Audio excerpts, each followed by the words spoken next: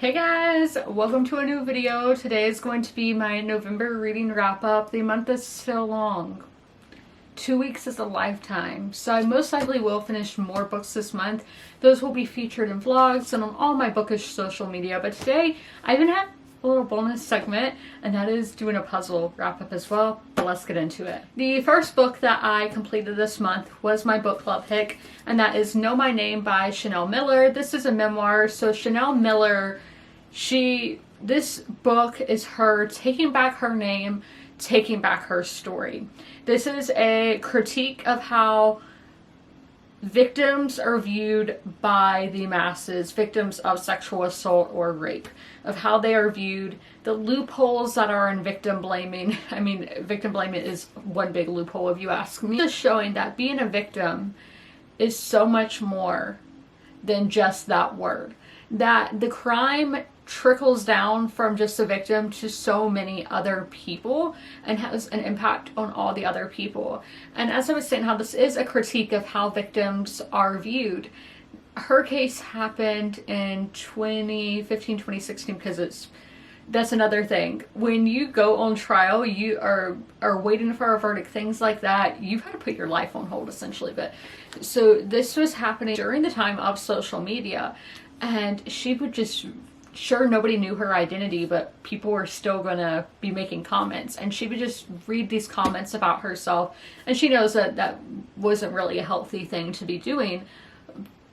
But I really do not think that people think about their actions, their words, especially on a computer. Keyboard warriors, you know, they will just be typing away, not thinking of the person on the other side, but at the same time, I think they honestly don't care that there is a person that these words are being aimed at, which is disgusting that people are like that. Now, as I was saying, people had to put their life on hold, and a lot of people are like, complain about when somebody comes out saying, I was assaulted however many years ago. People are like, well, why didn't you say anything back then? There really is no perfect time, because you'll get blamed if you come out, you know, the next day, like Chanel did. She pressed charges the next day after her sexual assault, and people were still victim blaming her. So it really doesn't matter, but it doesn't matter when you come forward. People are still going to blame you and be like, it's a lie because you came forward at this point in time. But as I was saying, you have to put your life on hold. There's so much waiting you have to do. You can't really go anywhere because you never know when you're going to get a call that you're going to have to show up in court. It's crazy what people have to go through, and it makes sense of why some people never feel like they can share their story. They can never get justice for the crime that was put upon them. Now, at the start of the book, I was really concerned. I was like, I'm not really feeling that much. I'm just like, yeah, this is what's happening, very procedural. But then we get to that courtroom for the first time, and we're really hearing what Brock Turner did to her. I was disgusted by what he did to her, and like, seeing it, we felt I did anyway, felt the emotions as Chanel did, because when she first wakes up in the hospital, she's like, where am I? They must have the wrong person. I was assaulted? Like, she was really confused. And that is how, like, so she didn't, you know, feel anything. She's just like, okay, that must have happened when I was drunk. And just goes on. But then she gets hit with a brick wall when she gets in court and is hearing everything that happened to her, and she's just like, wow. And that is how I felt. And you can just honestly feel her emotions so much throughout the book. I did follow along with the audiobook. My only issue, I feel bad saying an issue, is I mean, it's a short book. It's only like 200 and something pages, 300 and something pages, but it was just very lengthy. But I do think this was a therapeutic experience for Chanel, that she was just putting everything out there, and I do think, like, I have tremendous respect for her. And the thing that I took away from this is how good of a sister she is to her sister Tiffany. And now it's like Chanel is a big sister to all women. We can all look to her, we can look up to her, and this book is kind of like a hug for women. I'm sorry, I'm about to cry at, like, talking about this book several times. I've been feeling the tears. What made me realize, just because I remember when this case happened, and there were a lot of people, you know, victim blaming, and I at that time was so confused why these people were saying these kind of things. They were people I respected, people that I loved, and I didn't understand how they could say these things. And to know, like, reading this book, I'm like, they weren't right. Those things they were saying were not right. And mind you, all those people were women who I was hearing that kind of stuff from.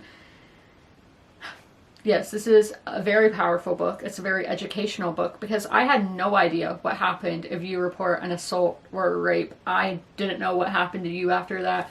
So this is so educational, and I think all young people need to read this book. Fiction pick that was a mood read. It used to sit right back here in my videos. Can you guess what it is? Probably not. And that is The Same Bright Stars by Ethan Joella. The character work, believe it or not, I did not connect with the characters in here. Just did not have an emotional connection. Marquis would be my favorite. Very, very side character that doesn't really have a huge impact on the plot whatsoever, but I did like her a lot. Our main character, he is somebody who I'm always worried about because they are a caretaker. They have to take care, and his name's Jack, by the way. So Jack has to take care of everybody in his life. Everybody that he loves, he has to be there for them every step of the way. And I'm like, when I see those people, my dad's a perfect example. I'm like, you have too much on your plate, and I kind of get angry at myself and others for constantly needing his help. I always feel really guilty about it, even though nobody's ever made me feel guilty about it, but it's just subconsciously, I guess. But Jack is one of those kind of characters. And I do think the relationships were really strong in here, but again, I didn't feel an emotional attachment to the characters. Now, Nicole, I did not like. She was very persistent, very annoying, my least favorite kind of person. I'm not going to say least favorite kind of person, because there's other people that are least favorite kinds of people, if I'm being honest with y'all. Now, the atmosphere, I did really enjoy it. I can never pronounce this. Rehoboth Beach, Delaware is where this takes place, and it was just seeing a beach town in the off season. I really enjoyed that. It reminded me of like my favorite place, St. Simons Island, Georgia, then like coastal towns in the Carolinas. I haven't been to the beach in Delaware, so that's why I can't be like, this is really like Rehoboth Beach. Haven't been there, can't tell you. But I did like those vibes. The writing was really quick and easy to read. I didn't expect flashback scenes going into this, and there's still some of those where I don't really understand what their point being in the story was. So this is definitely a quiet book. I'd say it's a character-driven story because I didn't feel anything for them, but I wouldn't say it was a plot-driven story either. It does remind me a lot of Frederick Bachman. Like, if they make a movie of this, Tom Hanks is going to play Jack, but it doesn't quite have that charm that Frederick Bachman has with his writing style. The themes here is feeling left behind and trying to find yourself and find where you fit in this world. I think a lot of people, young people, are like, you get that figured out in your 20s. You're an adult, you have that all figured out. Our main character in here is in his 50s. And we have characters of all different ages, literally all different ages in this book, from babies to elderly people. There's a lot of death in this book, by the way, but everybody is trying to find their place. Everybody is trying to figure out what this thing called life is. Nobody knows what's going on. People may act like they have it all together. They don't. They don't. I'm telling you right now. I am 26 years old. I don't have it all together. I do not feel like an adult, and I don't think anybody ever truly feels like an adult. And I think that is what this book is about, is we're all stars out there in the universe. We all have our purpose, but sometimes it takes some time to find that. Next book is another nonfiction book. This was one of the highest rated nonfiction books on my TBR according to Goodreads, and that is Invisible Child, Poverty, Survival, and Hope in an American City by Andrew Elliott, and this was winner of the Pulitzer Prize. This one had me feeling a lot. I felt a lot of emotions. I was proud of Dasani. I was frustrated in the situation, the system. This is really showing what welfare and poverty is like in the United States and in a city like New York.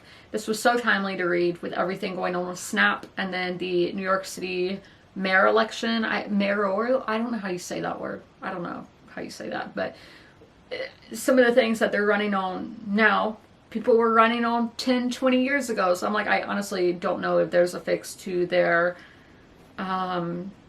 the house prices, affordable housing. I don't know if there's a fix to that. That was something with this book. it made me lose hope. It made me lose hope. Because so many of these situations, I'm like, how do we fix it? But as I was saying, I felt frustrated, and I was like, I can't feel frustrated at Dasani because she's a child and it's just a product of her environment. But then I can't feel frustrated. So then I'm like, okay, who do I point the blame to? To the parents. I can't really do that to them because, again, the system screwed them over.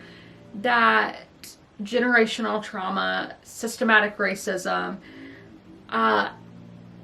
With my reading, I do not, I have a weekly, or not a weekly, I have a monthly TBR that I set out to make. I don't have the months connected in any way. Like this year, I'm just doing the highest rated books on my TBR. But sometimes I read these books in perfect order.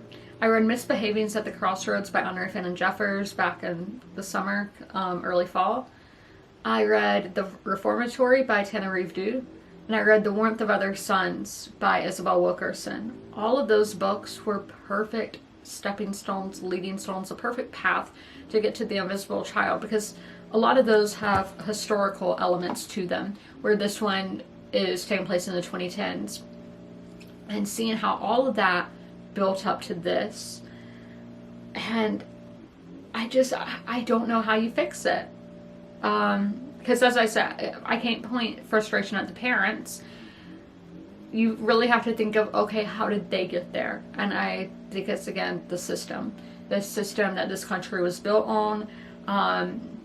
People not being careful with their words. That's about Ronald Reagan. I think he started this whole stigma around welfare and how welfare is viewed. I mean, I honestly don't know if it really stems back to this one speech, but he used an extreme of how same people manipulate the system to get money from the government and all that. And I have heard that kind of rhetoric my whole life. But that was just an extreme. We actually go into the stats. There's like 100 pages of bibliography and all in here. So if you want to go look up these stats and everything, you can. But he took such an extreme case, and people went and they ran with that. And that is just not the case for the majority of people who are on welfare. So I do think it's ultimately the system that is the issue in this country, and I don't know how you blow up the system, if you will, of how you just completely revolutionize it, I guess. I don't know what you do. But I do think this book was very impactful, because I think a lot of people are judgmental to people who are worse off than they are, financially and all of that. And I think a lot of people will really get an understand and humanize, because they just see, they hear food stamps and they get triggered. This puts a face to that, and it puts a face to poverty. It humanizes the situation. But as we talked about with Know Your Name, I honestly think people don't care about other humans. They don't. We have another mood read. I chose this one. Oh, I chose The Same Bright Stars because it takes place during it starts out the day before Thanksgiving. This one I chose because it's about family and, Thanksgiving family. This is An Unlasting Home by Mai Al-Nakabib. This one is following a family, several generations of an Arab family, blood and not blood. So we have Sarah, who is our main character. I didn't really like her. She honestly was a bit of a brat. I just did not like her. My favorite character was Maria. Her chapter, her introductory chapter into the book, the first one we get at her POV, was the only one where I really felt emotional. And I love how she took the stories from her childhood and made them kind of into fairy tales to tell the kids that she was the nanny for. That just tugged at my heartstrings. She's a real gem of a person. And I liked these characters, but I don't really think they had depth to them. I think there were too many POVs, and it diluted the story. The atmosphere was my favorite part, because I will most likely never travel to Kuwait, Iraq, Palestine, all those India. I will most likely never go to those places, and that's something I love about reading, is that it can take you to places. It is going on a journey in your mind. I picture myself on a magic carpet when I say that. Going through this mythical world, even though I mean that it's the real world. It's just such a magical feeling of getting to visit different cultures and learn about the culture. the writing, there is definitely potential with this writing. Very beautiful, reflective writing style. As for the plot, as I said, I do think the character work, there being so many characters, diluted the plot, because I wouldn't really care about the plot because I didn't really care about the characters so much. Like, I liked them, but I didn't feel a connection to them.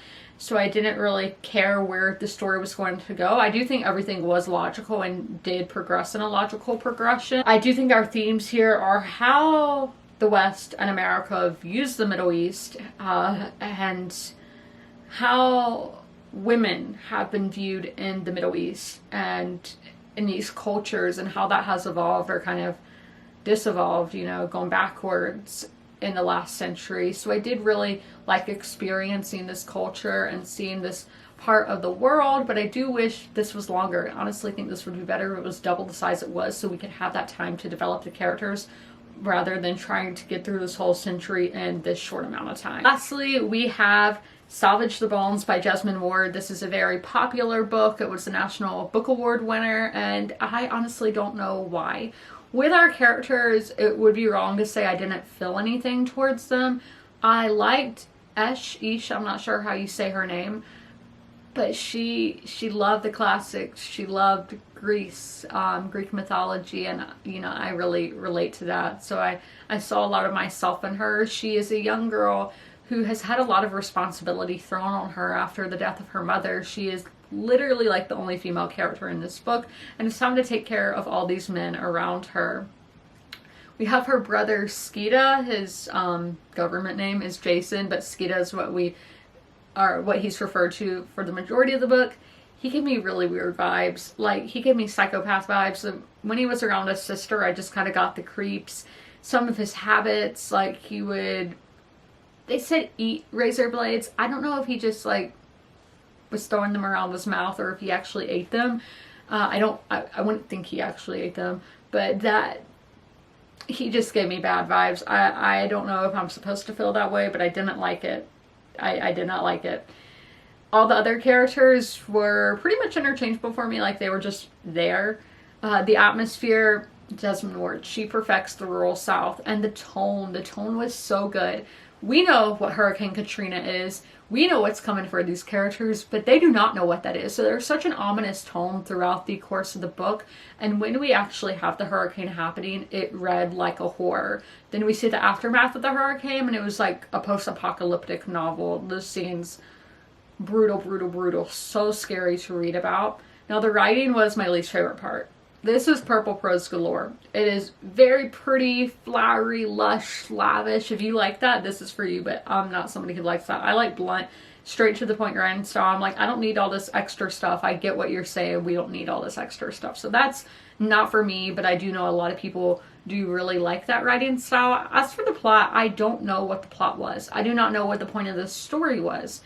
At the end, like the last pages, I did really like, and I do think this is probably a story of motherhood ultimately, but I don't really understand it. I don't know what the point of this book was, and I feel really bad like saying that. I feel like that sounds really bad, but I did prefer Where the Line Bleeds to Salvage the Bones. If you thought I forgot to show the puzzle part of the vlog, or not vlog, of the video, I did.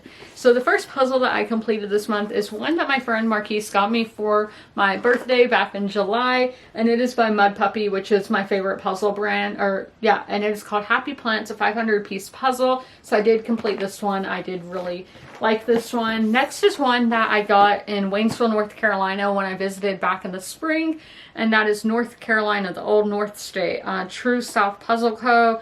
500-piece puzzle. This one was, I went through it very quickly, but with the pieces, some of them would really fit, you know, and that wouldn't be the right place for them. So this one was a little more difficult with the pieces and everything, and with the green, I really wanted to get to that middle section so bad. So this one was more difficult, but I do like it, and I liked being like, oh, okay, this is Duke.